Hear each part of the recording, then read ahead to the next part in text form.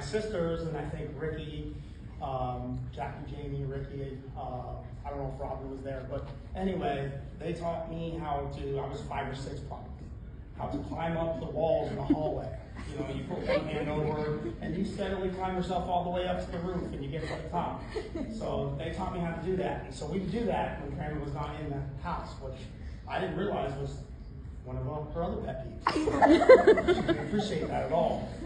So we're all climbing up the walls, and I think it might have been the first or second time I got all the way up there. They would help me down. So I get all the way up to the ceiling, and I'm like, hey, look at me, I'm doing great. And we hear the door open. Well, it was Grandma and Mom. And Jackie, Jamie, and everybody else scattered like fleas. Well, I'm too little, I'm stuck. I'm up at the top of the wall. And I'm sitting there, help, help. No, they're gone. There's nobody coming to help. Grandma walks in. She takes one look at me. She goes away. I'm like, okay, she's going to come back to help me. She came back with a broom. She swiped me off the wall. That was the first and last time I did that, and it stuck with me forever because, but it's one of those things that I remember that I'll never forget because, you know, that was Grandma. Grandma had her quirks and she wasn't going to sway from it. I also remember she always had something for everything. She collected so much stuff that I'd be like, oh, I got a friend's birthday party coming up. She'd open up a canister or a closet. She's got so many things in there. I could pick my choice of what I wanted to give to my friend. She always has something for everybody. She collected it. And my mother is a lot like my Mary Poppins. Mary Poppins.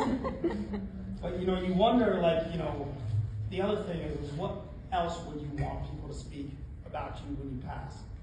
And a legacy. You know, we all want to leave a legacy. We want to leave our mark on the world or on people that are around us. And I feel like Grandma was such a strong person. She was a tough person. She was dedicated to her family.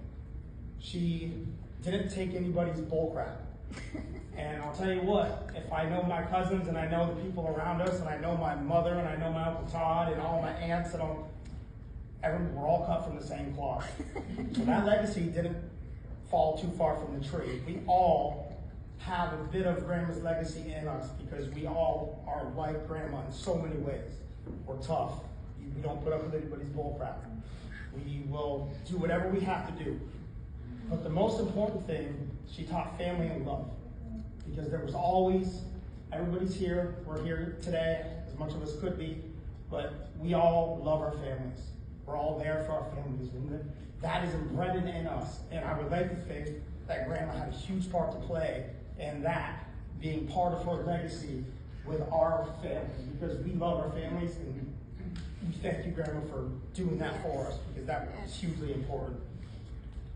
All the way to the end, Grandma had her whip, and when I say she didn't put up with bullcrap, I remember one day, this was recently, maybe a year or 2 years ago, I forget what the event was, and this is when the dementia and stuff had started to set in.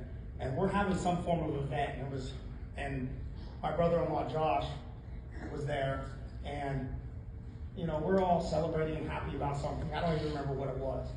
And Josh looked at Grandma and he said, Grandma, so what do you think about this? And she looked at him and says, I think they're all full of shit. And me and Josh could not help ourselves. All we could do was laugh, because that was Grandma. She told you how she thought, and she was who she was the day that she died. And I just want to say thank you to Grandma. I want to say thank you for everybody that's in here. We love you very much. We appreciate you. And thank you for the legacy that you left. Love and family and everything else that you've done for us. Yes. Appreciate it.